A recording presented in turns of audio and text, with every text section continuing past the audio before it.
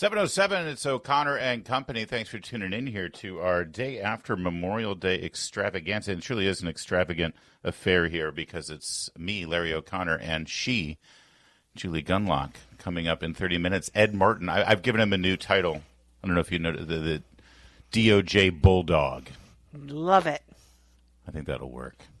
He's got like 3 jobs over there at DOJ because Thom Tillis decided that he wasn't capable of being the U.S. Attorney for the District of Columbia. So instead, he's going to be, his new title will be Thom Tillis's Worst Nightmare. How's that? It works. See if Ed is okay with that title. That's coming up. And then next hour, we'll speak with Phil Wegman, Real Clear Politics. I'm Larry O'Connor. She's Julie Gunlock. And look who's here. It's our friend Cully Stimson from the Heritage Foundation. Of course, a JAG officer, former attorney and advisor over at the Pentagon and all over the place. Cully, good morning. Thanks for joining us. Thanks for having me, guys. Appreciate it. The sound of Cully booting up as his AI gets restored for all of us. Yeah, the bot is showing up today. I'm napping. I'm turning my bot. Yeah. Listen, is it fair to describe the assassination of these 2 Israeli embassy staffers, one an American citizen, one an Israeli citizen? Can we call this an act of terror? Is this a terrorist act? I mean, yeah, because terrorism is a tactic. It's not a crime. It's a murder. It's a double murder under heinous circumstances. He targeted them, hunted them down, and he's certainly eligible for the death penalty under the federal side. So, yeah, it's an act of terrorism, sure. And obviously, I think for those who are still interested in categorizing certain murders as hate crimes versus, I mean, every murder, I think, involves some level of hate, but they were certainly murdered because of what this murderer perceived to be as their political, ethnic, or racial identification, right? Right. I mean, I was a homicide prosecutor in 2 different jurisdictions. Every murder is a hate crime.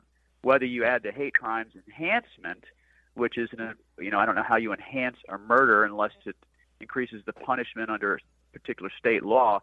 But yeah, I mean, he didn't target random people. He targeted people coming out of this museum. He knew or should have known, no doubt he knew that they were Jewish or associated with the Jewish embassy. And so he targeted them for who they were and what they represented.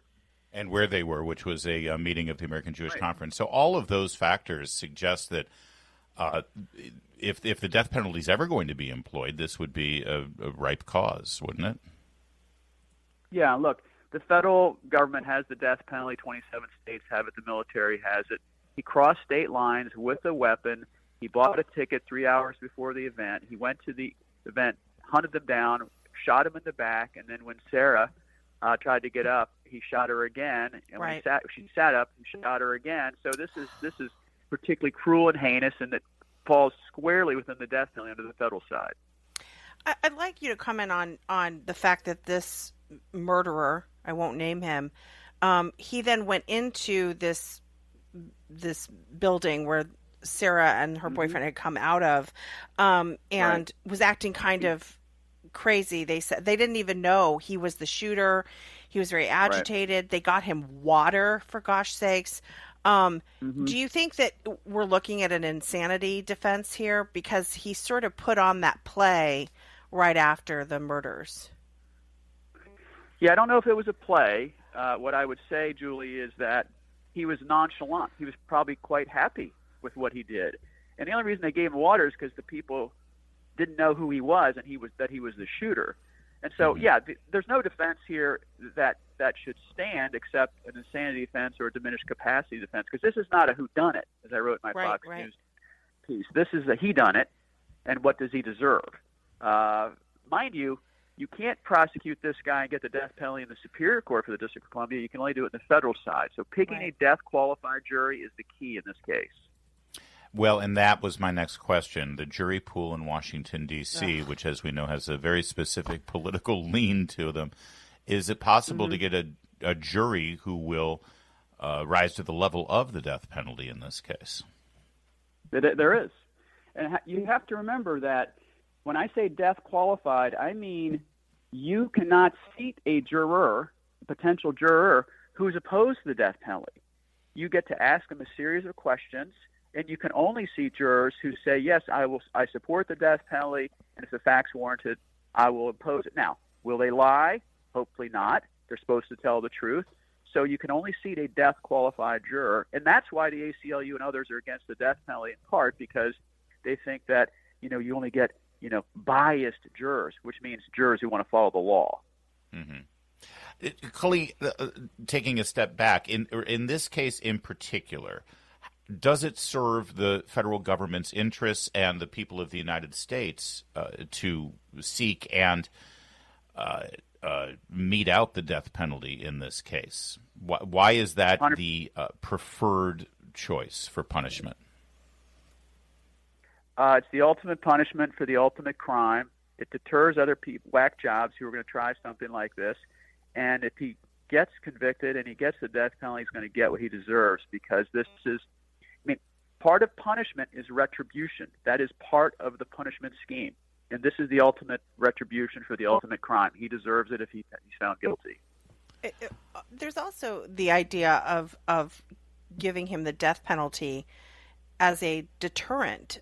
We have seen some really scary behavior from the political left. And doesn't this also serve as a message to some of these activists who seem to be getting more and more violent and sort of lashing out? Is that sort of also one of the reasons that they're considering the death penalty? Yeah, it has to be. And this is going to be a sober, deliberative process. They're going to send it to the capital case review system within Maine Justice. But, the Mangionis and this accused and these other wackos who are out there who think they are exacting revenge may hopefully think twice about doing something like this. And the people that are funding them or agitating them will think twice about pushing somebody forward to do it. There will be other murders, unfortunately. But this, if he gets convicted and if he gets the death penalty, may dissuade some people from thinking, I don't really want the firing squad. And Cully, while I've got you, as we're talking about the importance of utilizing the legal punishments against heinous crimes to, first of all, deter future crimes committed by the suspect himself, but also by potential copycat suspects, as you just laid out. But it also sends a message about keeping our society safe, that you punish the people who are doing harm. Otherwise, you send the message to a society that it's not that big a deal. I want to put your other hat on, the author of Rogue Prosecutors, How Radical Soros Lawyers Are Destroying America's Communities, because we have yet another example right in our backyard. Yesterday, an Arlington police officer was injured in a hit and run. A man, he's now been apprehended. His name is Anthony Aquis, charged with felony hit and run against the Arlington police officer. He had been charged with a number of traffic-related incidents in Fairfax County. Most of the charges were dropped or dismissed or reduced, according to court records. These are crimes like I don't have the details on the crimes, but ultimately, again, this is your favorite prosecutor in Fairfax County, who is Mr. Descano, who decided to continue to release people and drop charges for whatever God knows reason, and then the next thing you know, this guy hits a cop. Right. Well, look, when you refuse to you refuse to do your job as the DA, there's 2,300 DAs around the country, and you're a Soros-bought and paid-for stooge like Steve Descano, and you don't hold people accountable, you're going to get the obvious result. And so when the Steve Descanos and the George Gascons and the Krasners and the rest of them force their prosecutors to avoid charging that would have adverse immigration consequences, refuse to prosecute misdemeanors, water down felonies and misdemeanors, don't add sentencing enhancements or gun enhancements, the obvious result is going to happen. You're going to get more crime, and you're going to embolden the criminal element to do whatever the hell they want. And that's why, Steve Descano is a disgrace.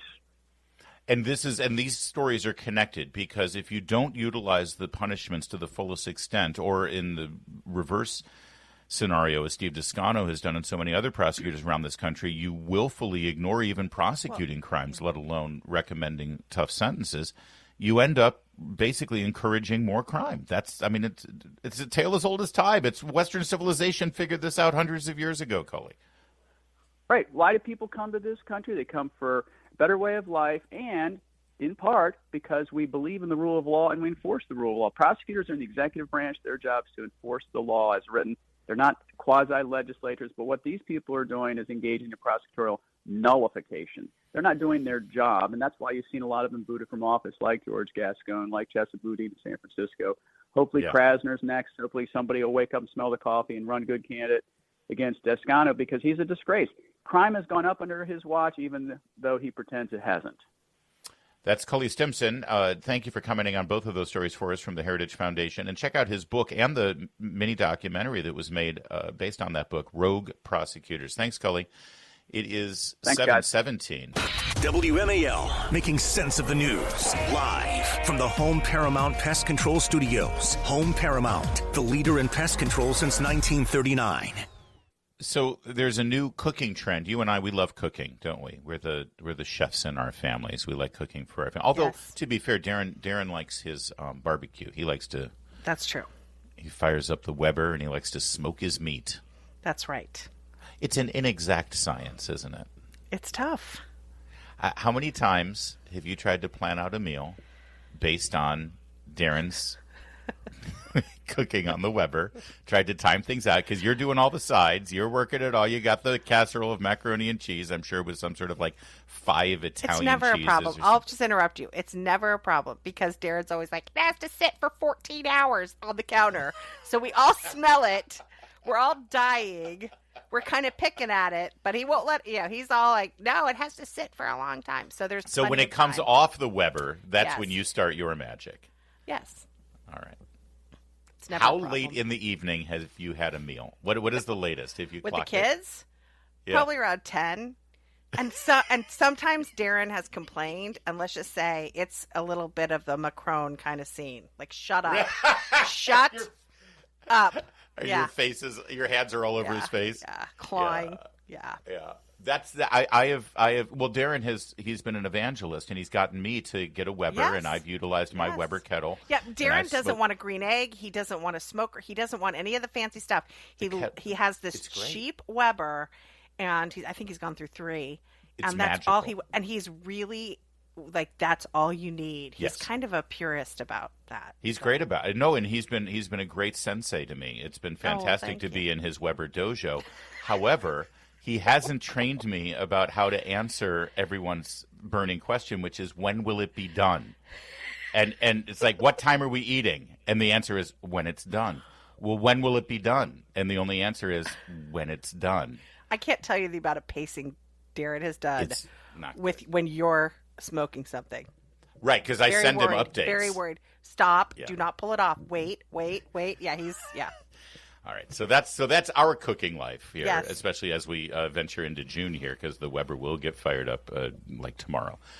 Meanwhile, there's another Twitter trend, cooking trend on social media. It's called water-based cooking. I cannot stand Gen Z and millennial cooks. It's like everything, they discover things and it's never been done. Yes. But this really takes the cake. Yes, apparently the scientists are just catching up to this, they claim. Here, take a listen to this TikTok video on water-based cooking. Secret to ageless, hydrated skin that until now only scientists have been talking about. But I'm a nutrition scientist, so I'll let you in on the secret. It's broth. When you cook with broth or water, you block AGEs or aging compounds from forming. These are the compounds that cross-link our skin and age us from the inside out. But even though science is just catching up to water-based cooking, it's old news for all the grandmas in the world who've been cooking with water and steam since forever. And now you can do it too with this simmered chicken and egg recipe called oyakodon. All in one pot, baby. My people call it soup. Soup. It's soup. Or poaching. Or boiling things. I've had it. I have had it with this new generation. The responses on this video are like, looks like soup to me. Such a genius we have amongst us. My favorite, wait till they discover wind in a big sheet tied to some sticks will propel a boat. Chef Andrew Gruel. We love Chef Gruel. Yes. Water-based cooking, a.k.a. soup. This is violence. It's violence.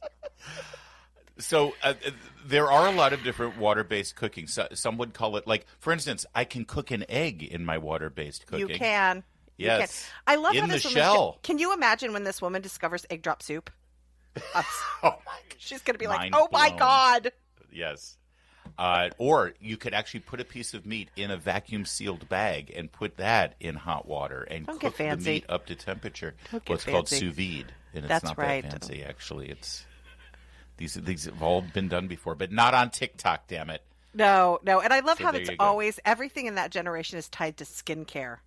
Skincare and Skin. anti-inflammatories. I sometimes Yes. watch those skincare videos because I want to feel superior to people and realize that you don't need to do all that. You don't need to do all that. God. I mean, they spend hours. Hours. Also, what is with people looking sweaty all the time? Everybody looks sweat. Maybe it's a glowing. Gen X thing that I put powder on my face because I don't want to look like I'm greasy Because they and eat sweaty. a lot of soup. You'd look that sweaty if you were eating nothing but soup. It's 7:23. Yes, let's talk about my friend Abe Abish.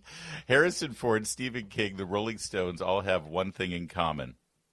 Time for a brand new chapter of WMAL's Military Medicine Minute, powered by Humana Military and the Friends of Uniformed Services University of the Health Sciences. During the Vietnam War, deep in the jungle, soldiers faced a hidden enemy. Allergic reactions. Yeah, bee stings, food, even insect bites could trigger deadly anaphylaxis. Military doctors needed a fast, reliable way to deliver life-saving medication in the field. Enter the automatic injector, developed for the U.S. military to quickly administer nerve agent antidotes. The EpiPen was invented by Sheldon Kaplan in the mid-1970s while working at Survival Technology, Inc. in Bethesda, Maryland. Originally, Kaplan was developing an auto-injector for the U.S. military to deliver antidotes. Later, scientists adapted the same tech to deliver epinephrine, and the EpiPen was born. What started as a battlefield tool became a civilian lifesaver. Today, millions carry EpiPens in backpacks, purses, classrooms, ready to stop allergic reactions in seconds. From chemical warfare to peanut allergies, one invention bridged two worlds and saved countless lives. And that's it for another Military Medicine Minute. Keep it here. We're going to talk to Ed Martin. He's the director of the Weaponization Working Group at the Department of Justice. Keep it here. 7:30. WMAL-FM, Woodbridge, Washington, a Cumulus media station. Making sense of the news. News Talk 105.9. News now.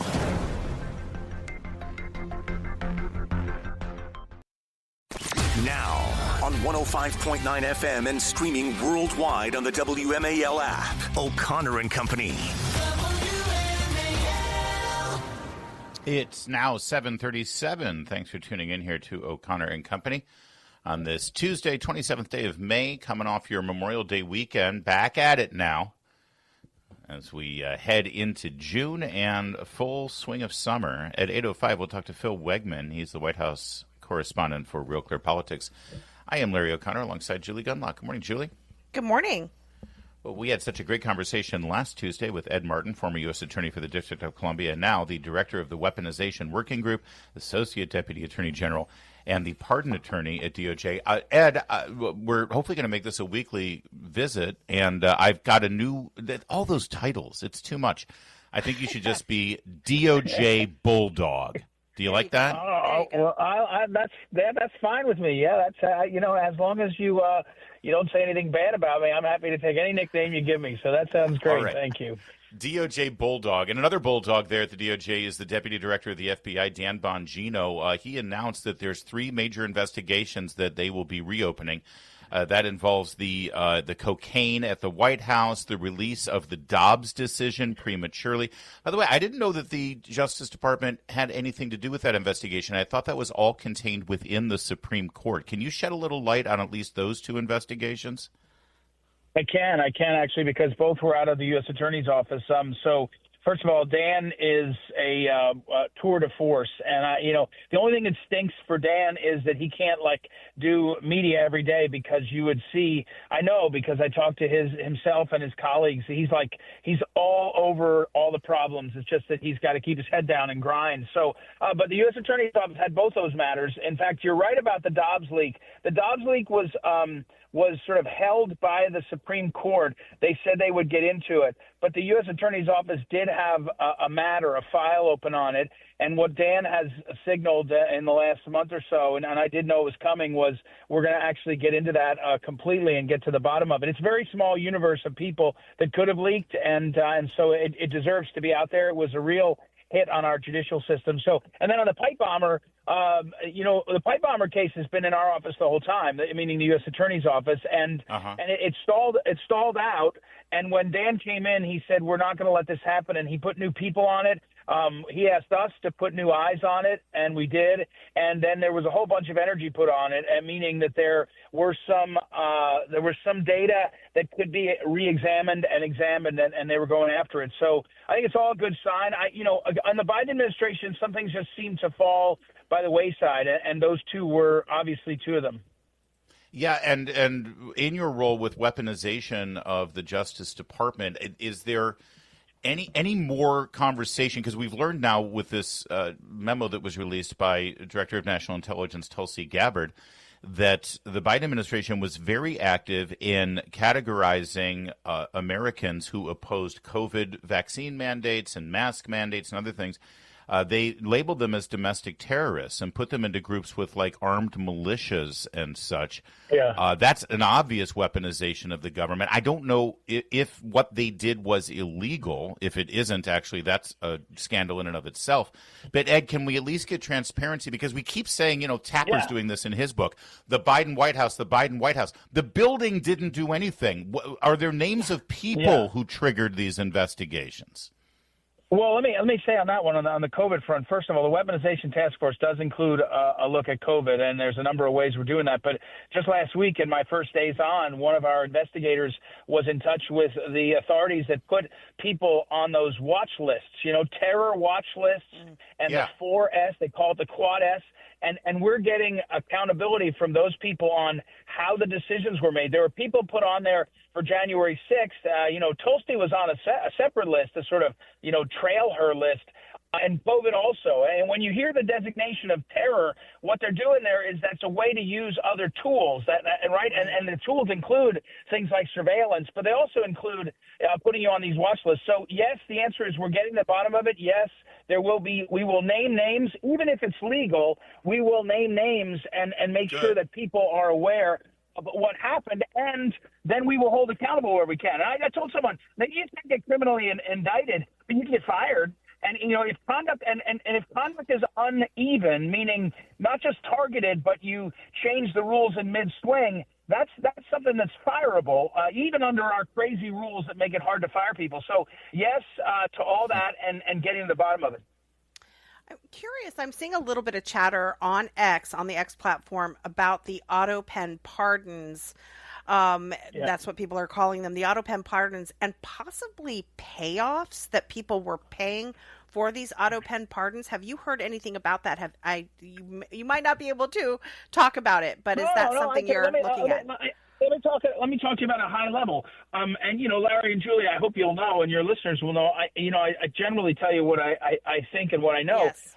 Pardons are very valuable, and I'm surprised when I was named the U.S. pardon attorney. I got phone calls from a whole bunch of lobbyists that were very similar to the lobbyists that wanted to talk to me about the budget when I was at OMB for a half a minute. And suddenly I was like, whoa, what's going on? Both parties, by the way, very clearly both parties. So, it's not just Seth Rich, back in the Clinton days who paid a boatload of money.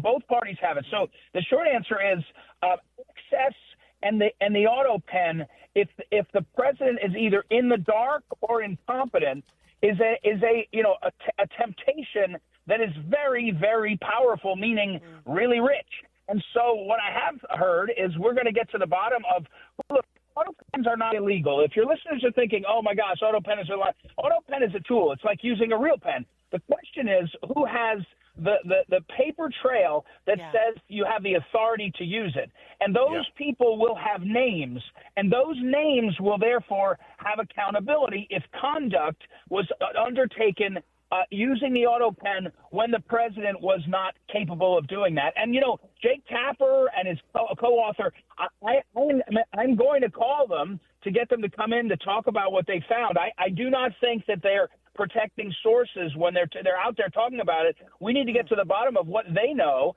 and see if it matches up what is in the National Archives, which is to say how the auto pen is supposed to be used in the Biden White House, and we'll see what it all means. But the combination of pardons worth a lot of money and an auto pen and an incompetent president brings a lot of questions to bear.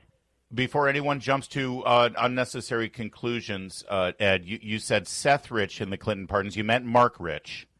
I apologize. Right? Thank you. No, that's okay. But you mentioned Seth Rich and the Clintons, and yes, exactly. I just want to.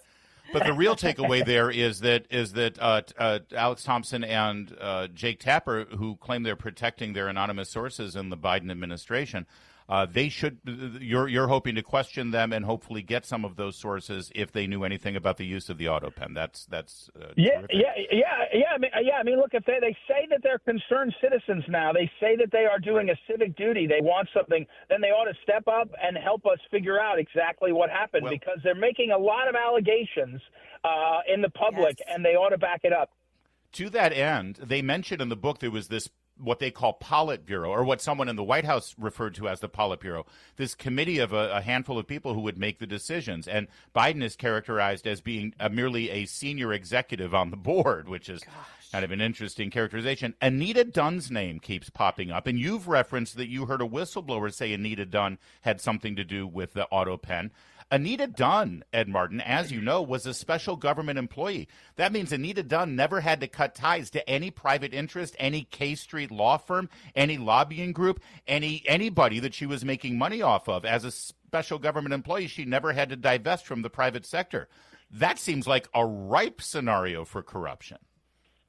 You're hired, Larry. I'm announcing Larry's a new investigator on the team. Yeah, look, the conclusion you're drawing based on the publicly known character distinction, SGE you call it, is exactly right. And this is, again, the reason why you do SGE, that's a type of government employee, is because you cannot leave government, you cannot leave completely what you're doing. Like right now for me, I couldn't keep any of my clients in my law firm or keep any of my, any kind of contractual relationship. So, that's a distinction. I'm not against it, by the way.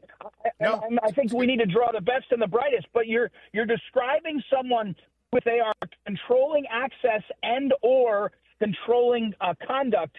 That's a temptation. Again, where you see big money and big power, you have to know that, we have a pretty good history that corruption can come quickly. I'm not saying it's there. I'm saying that the American people can see when the government is so – look, Joe Biden was shoveling billions – his White House – I know you said the building, but the people in his White House, the EPA and others, were shoveling billions of dollars out the door in the last 3 months. Billions with a B. Unprecedented transfer of wealth to nonprofits and others.